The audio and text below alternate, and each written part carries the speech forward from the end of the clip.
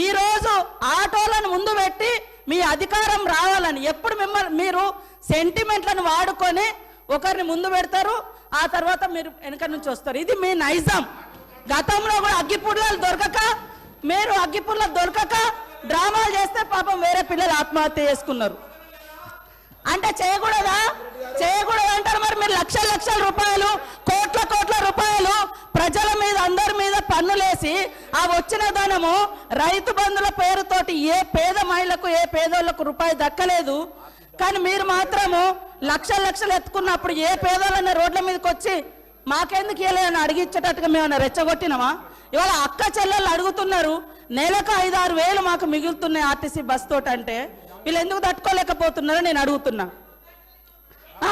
మరి ఎక్కడ ఏం దొరకనట్టుగా అదే మాట్లాడుతున్నారు. మొత్తం వీళ్ళు అన్ని తీసేయండి.